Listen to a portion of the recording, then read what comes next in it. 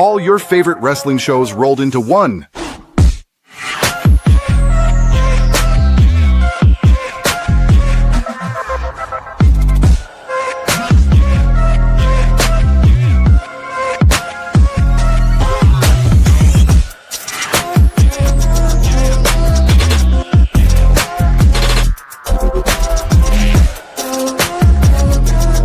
Welcome to the WeBook It Podcast. Let's start the show.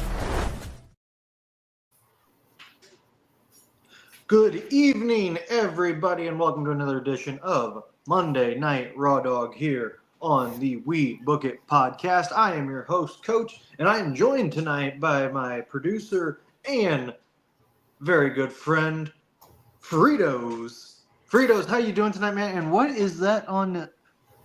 What? Oh, original Booker of the... I'm sorry, I thought that was...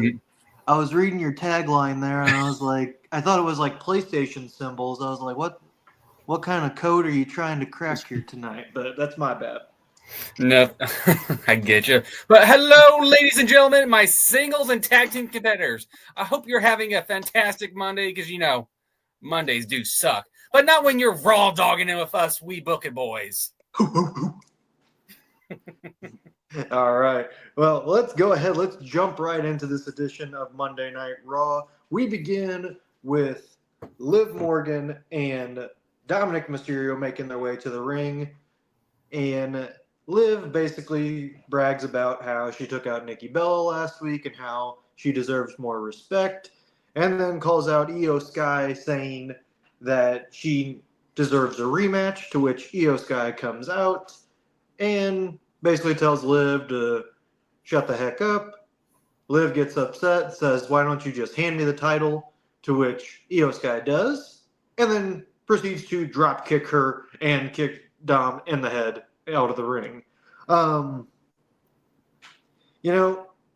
This segment was just okay, in my opinion. I feel like they could have done a better job of starting out the night. The easiest way to get a pop for a babyface right now is mention a local sports team or tell a heel to shut up. And Io did number 2 and got a big pop. As for Morgan, I mean, just thinking that Io was going to hand over the title without actually fighting makes her look really, really dumb. And I kind of felt that in her promo too. It was like, it's not the best promo. I don't know. Maybe I'm overlooking or I'm overthinking it. But Fritos, what do you think of this opening segment? Yeah, with the Io Sky stuff, it's kind of just odd, especially after, last week's stuff with Liv attacking Nikki and all that. To me, we'll talk about what happened later on with the show, but to me, it was definitely felt like a setup for Evolution for the Bellas versus Raquel and Liv. There's reports going around that WWE is trying to work a deal out, bringing back Brie. So that would make sense to me. Bring back the Bella Twins and have a tag team match. I don't know for the titles. I don't know if they would drop them to them unless they worked out like a month-long contract or something along that line of a deal, which that, to me, it would make sense. It was definitely more of a build-up for Evolution. I could see Liv challenge Io, let's say in a week or 2 weeks down the line, and then Nikki comes out, attacks her, and this sets up this feud in Evolution. But yeah, the Io stuff, I love Io. She's fantastic in the ring. We've talked about it before. I don't know what they're doing with her championship run again. She hasn't defended it. It's just been awkward. She's just been walking around with the title.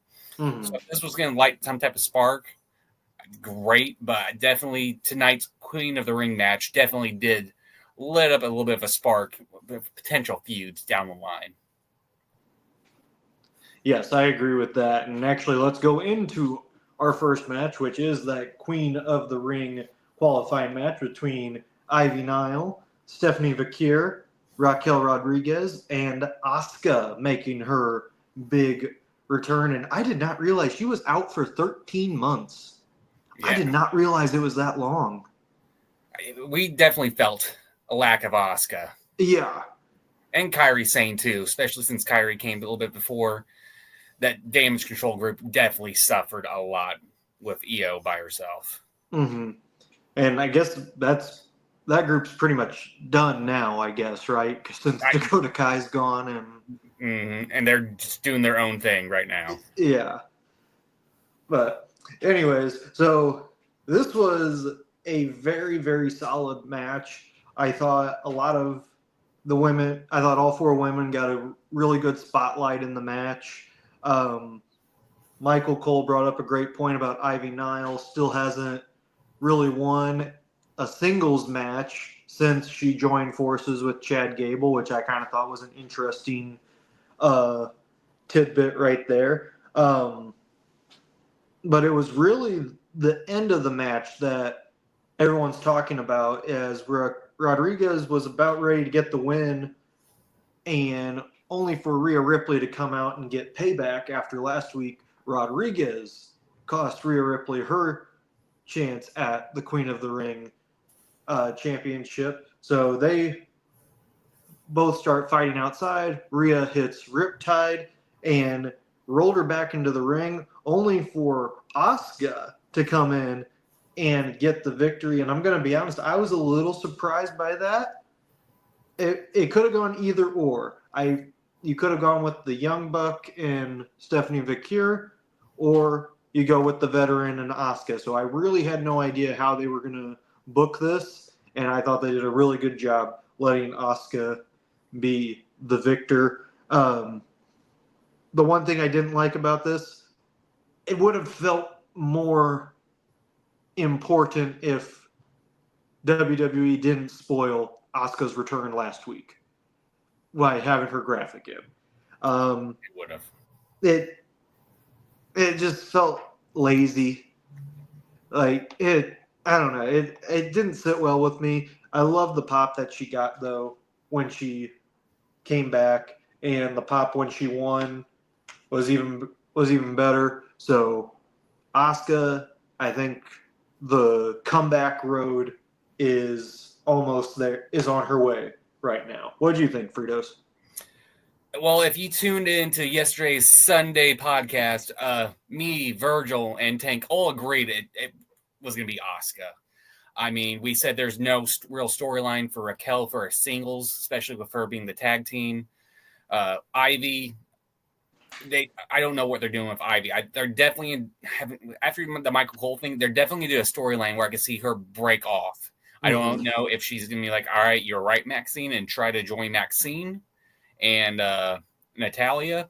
I don't know, but we'll see what happens there.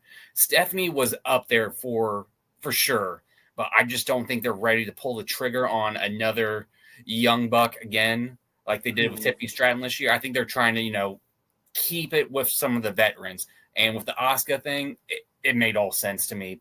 A big return. You don't want her losing her first match. And we talked about, we think she's going to win Queen of the Ring. Her and Io would put on a banger of a match. Cool. Yeah, they would. I think a proper Asuka run right now for this championship would be perfect.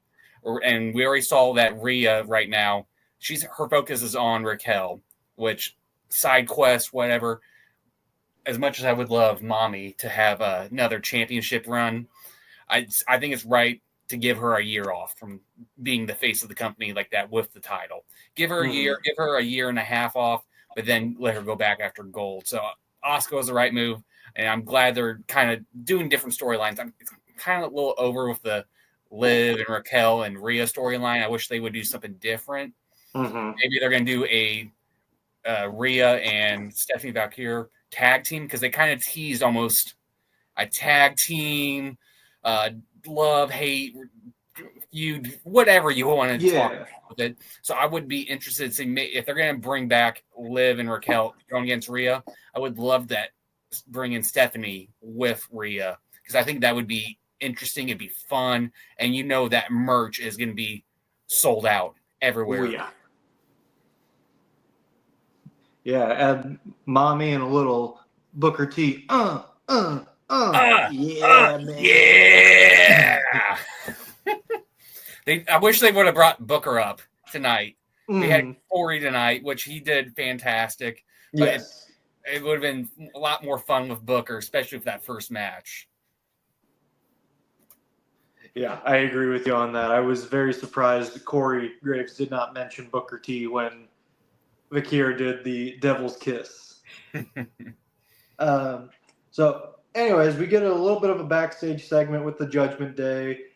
Tension rising once again. What else is new?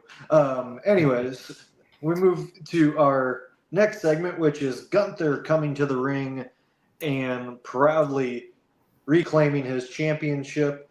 And he said, yes, Jey Uso was the better man at WrestleMania, but every other night, Gunther is untouchable. And he basically was asking himself and kind of the crowd, like, who's next in line? To which the crowd was chanting Goldberg.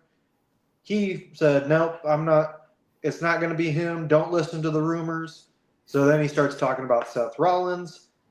And all of a sudden, Goldberg's music hits. And he comes to the ring and comes in pretty calm and just says, hey, I just wanted to come out and congratulate you, Gunther.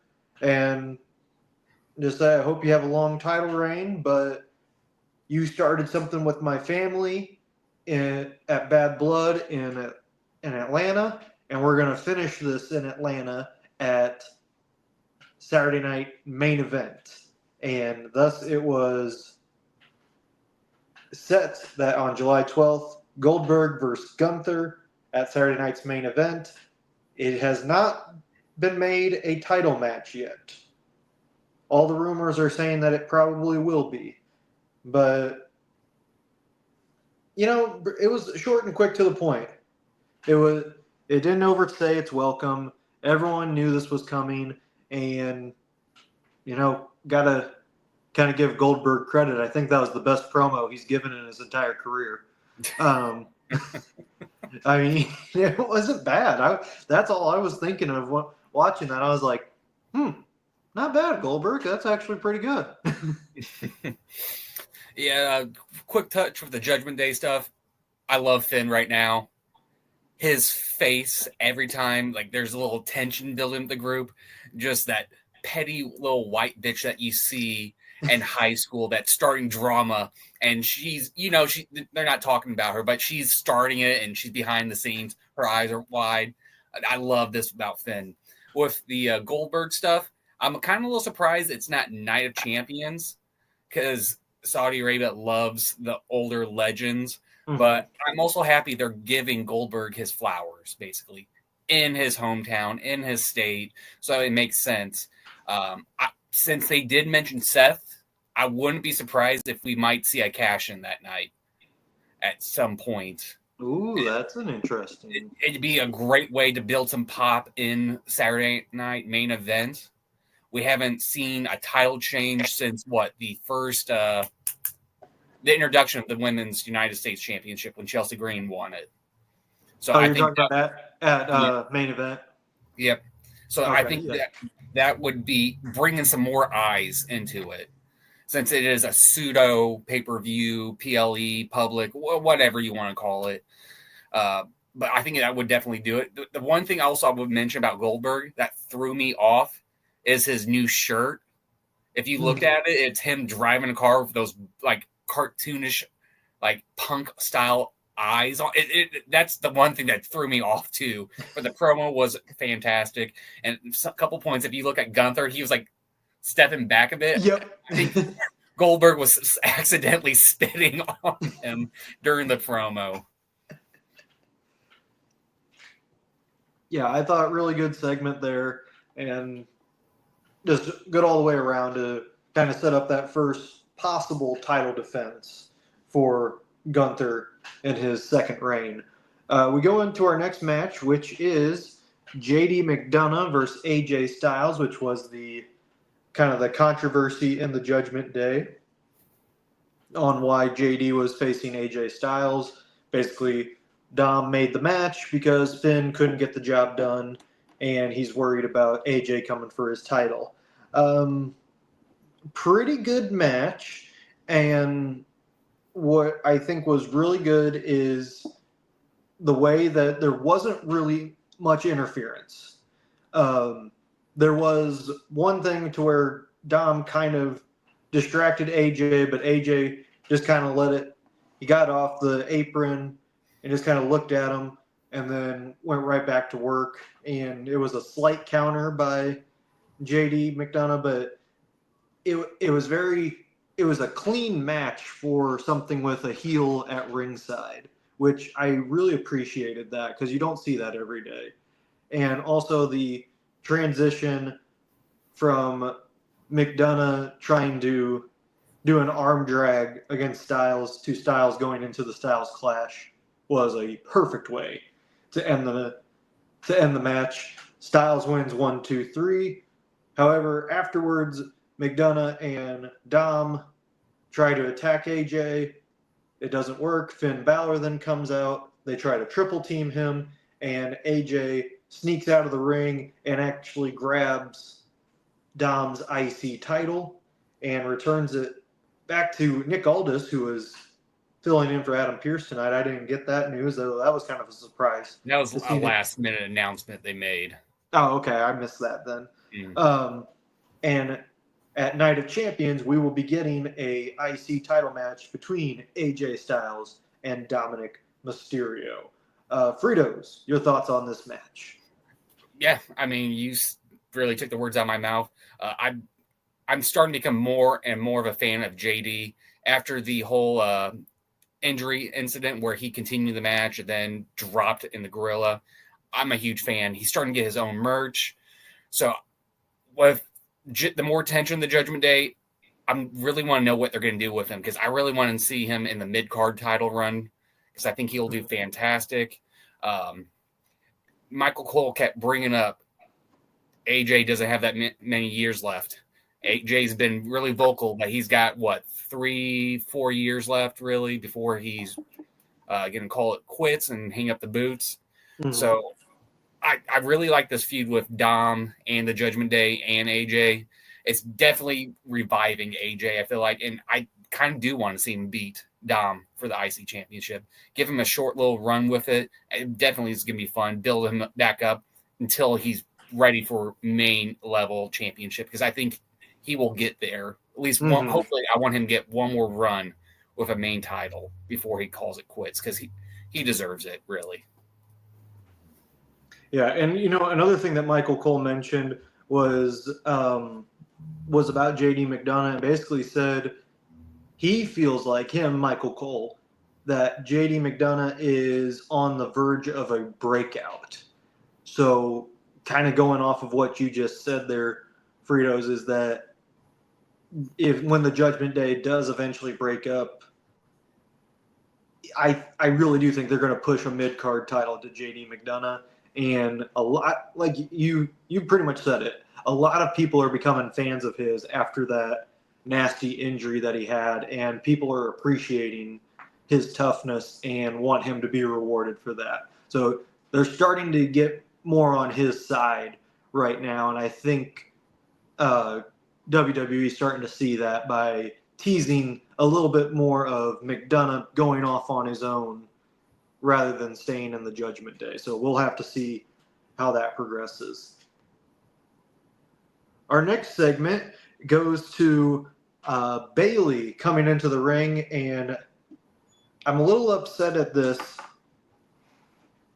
because in the group chat, I thought I made a very funny joke, but nobody responded to it because during Bayley's walkout, we had Theory and Waller arguing. Shocker. But we also had the New Day next to Waller. You had Kofi looking like he normally does now, but you had Xavier Woods dressed up like Dave Chappelle from the Haters Ball from the Chappelle Show, and I sent that GIF, and nobody responded, and I was very upset with that because I thought I struck gold with that. To be fair, on my end, I was finishing cooking up my lunch for tomorrow for work, okay. And I saw a quick glimpse. I'm like, is that a pimp? I'm like, what pimp gimmick do we have going on now? Until you said it was New Day. I'm like, oh, okay, that makes sense. than that. So yeah, I'll take the blame on that one for not responding. But hey, I'm a busy man. All right, I'm a working man. I gotta get my Uncrustables ready for tomorrow, and my Monster Energy drinks, and my Zins and cigarettes. All right, it's hard. It's a hard life. The Zins are the important part. So yes, exactly. I will let you go on that one. Anyways, Bayley comes out to the ring, gives her promo about what she does and what she does for the fans, and not for the titles or the accolades. She said Becky Lynch took her out, only made her stronger. Lynch then comes out dressed in Chicago Bears gear, and that got the Green Bay crowd fired up. I bet Seth Rollins was so proud though. Oh, when she walked out like that. It's probably his stuff that he cuts up at home. Oh, I guarantee you that he wears it like that at home. Well, either way, these two go back and forth off on the mic. It eventually leads to Lynch slapping Bayley, only for Bayley to sucker punch Lynch out of the ring. And that ended that. And then backstage, Nick Aldis then said that Bayley will get a title shot at the IC title next week on Raw in Columbus. He says that right in front of Lyra Valkyria, who is still very upset that she lost her title, and says she doesn't blame Bayley, but just know that if Bayley wins, Lyra will be right there to take it away from her. I feel like this is leading to a triple threat at SummerSlam, and I'm here for it. Same. The one thing I will say, that slap from Becky looked kind of awkward. I don't know if it was the camera angle or what. I think she missed. I thought so too, but the camera angle was weird and it didn't look like she made contact like she normally does. She landed a good clean punch on Dom last year. Oh, and you're telling me you missed a slap on Bayley? But the Bayley promo I thought was fantastic. It's true. She is going to be a Hall of Famer. I don't think it's going to be first ballot or any of that. But she looks also fantastic right now. That time off, she killed it in the gym. I would love to see an IC run with Bayley holding the title for a bit. But yeah, this is definitely setting up for a triple threat. I'm assuming at SummerSlam or Evolution. Or Evolution, yeah. Yeah, since we got that one in what, 4 weeks? Somewhere along 4 weeks, I think. So yeah, I guess that being at Evolution, and then who knows, maybe continuing that storyline all the way into SummerSlam. It's definitely going to help Lyra in the long run of the company, going against two greats like Bayley and Becky and learning from them in the ring like that. So I think this is also just a big boost for Lyra in the future. Agreed. All right. Now we go to the match that everyone's going to be talking about for probably the rest of this week, because there are some big implications after this one. It is Liv Morgan versus Kairi Sane. This is more of Liv trying to get her revenge on Kairi after a couple weeks ago. She was beaten by her. Match started. Morgan tried taking out Zane quickly with a leg kick. Didn't work. Zane then dropped Morgan down, and Morgan immediately rolled out of the ring. And I actually had to take a couple of looks at this to see if this was a work or if this was just something that they were part of the match. Liv trying to faking an injury. Turns out it was a real injury, and the doctors had to be called out to check on her, and it was confirmed later on that Liv Morgan dislocated her shoulder. So by default, Kairi Sane wins on the forfeit, and it makes me wonder how this match was supposed to end. And I really think how this was going to end was Nikki Bella was going to come and interfere with this match. But we will never know now. And who knows how long Morgan's injury is going to be. If anything happened when that shoulder dislocated, because Fritos, you and me, but we both played football. We've both had our fair share of stingers. And did you ever dislocate your shoulder? No, luckily I never did. Just stingers. Okay. Well, I did once junior year, and Pete just popped it back in and made it feel good. Ice and Advil, baby. Ice and Advil, I know. So for my case, it was an easy fix. But I know in some cases when dislocations happen, it could be a ligament that is torn, or in some cases a torn labrum. So it's up in the air right now. I'm sure she's going to get an MRI tomorrow to confirm everything. But this puts the possible Evolution match between the Bellas in jeopardy. It does. We from the WeBook boys wish you a speedy recovery, and hopefully nothing's too serious, Liv. But yeah, this is definitely going to change up Evolution. Like I mentioned earlier, this is what we were talking about, where this is definitely going to play a big role. So with this, if let's just say hypothetically, Liv is going to be out for an extended period of time. She needs surgery. She's been gone 6 months, whatever. I wouldn't be mad if they did like an open tag team challenge from the Bellas and brought in some of the younger kids from NXT. Mm-hmm. I think that would be a great way to get some of the eyes on the up and coming talent that's going to be coming up soon. That's the only thing I could think of right now as a quick pivot if it is super serious. If it's just a simple dislocation where, hey, just take it easy, you're just going to be on camera, whatever, then play it out. Then hopefully, like I said, maybe we'll get still that tag team match with the Bella Twins versus Raquel and Liv.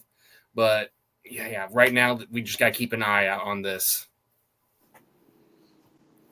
All right, so because of that, the WWE has to call an audible and start the main event a little bit sooner than they would like, and that is the main event in the King of the Ring quarterfinal, the final one between Jey Uso, Rusev, Sheamus, and Big Bronson Reed. And man, there was a lot of meat in that ring tonight, and it was glorious. Had my barbecue sauce ready. Had my sauce ready. I had my barbecue sauce ready. Ready for all that baby back ribs, that brisket, that pork butt. Oh, God. Give me all the meats. Whew. Well, this was another great match. Very similar to the Queen of the Ring match, to where everyone got a spotlight and really showed off what they're doing, and the storyline developing between everybody. Michael Cole brought up why would Bronson Reed join Seth Rollins, and made some good points there. Talked about Rusev and Sheamus's history. Talked about the injury to Jey and how he is recovering from losing his championship. So just really great overall. Also, shout out to Sheamus for picking Reed up, holding him for several seconds, and then dropping him for a white noise. Like, that was fantastic. Like, bravo, Sheamus. Also, Michael Cole, way to make us all feel old by saying it's been over a decade since Sheamus and Rusev have faced off against each other. Thanks, man. Jerk. He's ageless. He's a vampire. That's how he's able to say stuff like that and not feel guilty at all. That's true. Okay, so anyways, great stuff in this match, and then the overbooking happens, which I am not ashamed of with this, because I loved every second of that overbooking. It starts out with Sami Zayn coming to the aid of Jey Uso. Well, I'm sorry, Braun Breaker showed up to prevent Jey Uso from hitting a splash on Reed. And then Sami Zayn shows up, knocks away Braun Breaker, but then Breaker knocks Sammy away. Then all of a sudden, Penta comes out of nowhere and hits Breaker. And right when you think it's all said and done, Bronson Reed getting set up for a tsunami, only for LA Knight to come in and push Reed off the top rope. And Uso hits 2 big splashes for the win, and Jey Uso is moving on to face Cody Rhodes in the next round of the King of the Ring tournament. However, Seth Rollins comes to the ring, furious, looking to take out Jey Uso, and then Cody Rhodes shows up and prevents that from happening. Him and Rollins stare off against each other, and I noticed Cody made a little bit of a gesture with his hand. I couldn't tell what it was, but that made Rollins back off, and I don't know why, and I knew it wasn't going to happen, but a part of me was saying, Cody's going to turn heel here. Cody's going to turn heel here. It just felt like it, but nothing. I knew it wasn't going to happen. So maybe it was just me getting excited over nothing, but that hand gesture, whatever he did to Rollins, because you know how Triple H loves giving little signals in his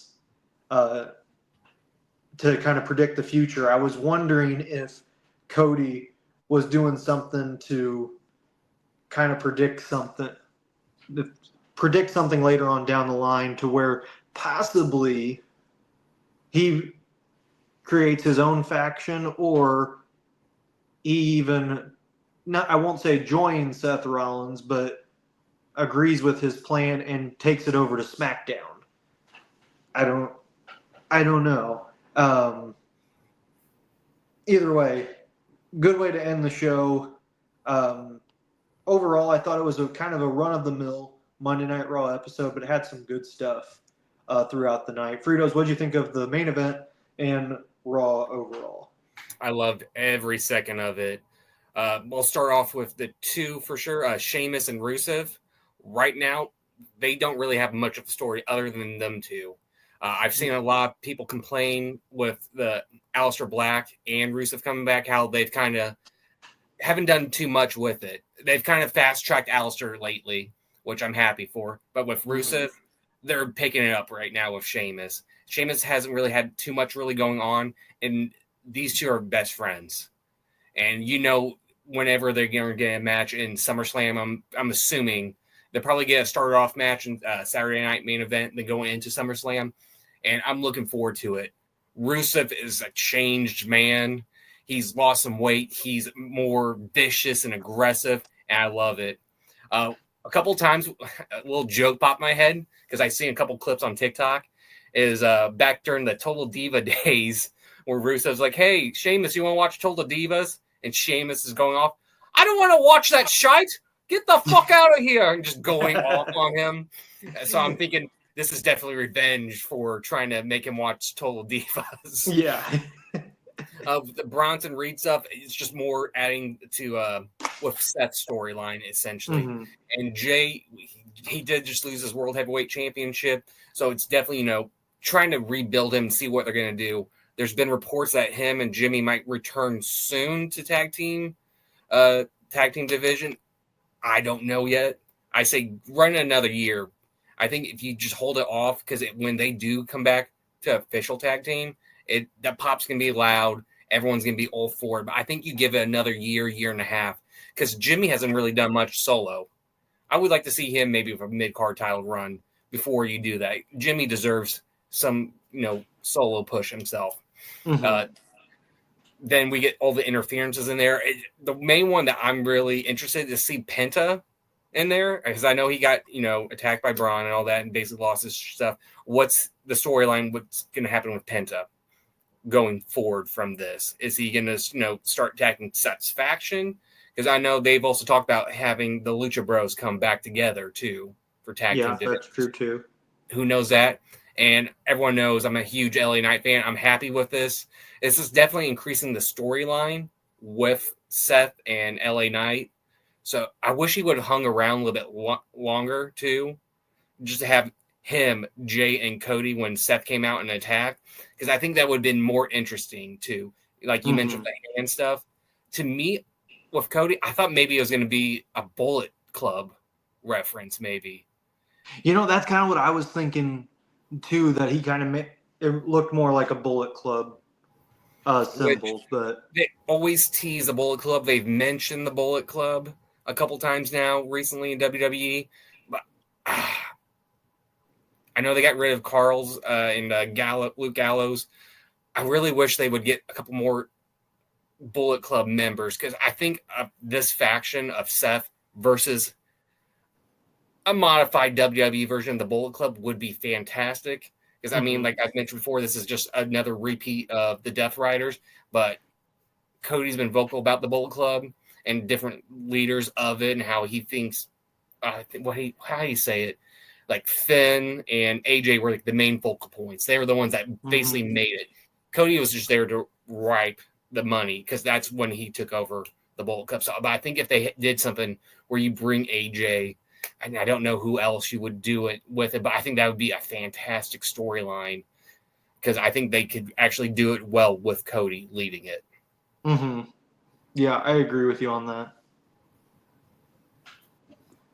Well, that is going to wrap up another edition of Monday Night Raw Dog. Thank you to all of you that are tuning in. And if this is your first time tuning in, please remember to like, share, and subscribe to all of our content. And we appreciate the love and support from everybody here on the WeBook It Podcast. Don't forget, this is just one of the many content that we stream out every single week. We have this, we have our NXT recap, we have our AEW recap, TNA recap. This guy right here hosts the SmackDown Lowdown Hoedown on Friday nights. And then, of course, our Sunday variety show where we recap everything in the week of wrestling. For my man Fritos, I am Coach. Thank you all once again for tuning in, and we will see you next time on another edition of Monday Night Raw Dog. Peace.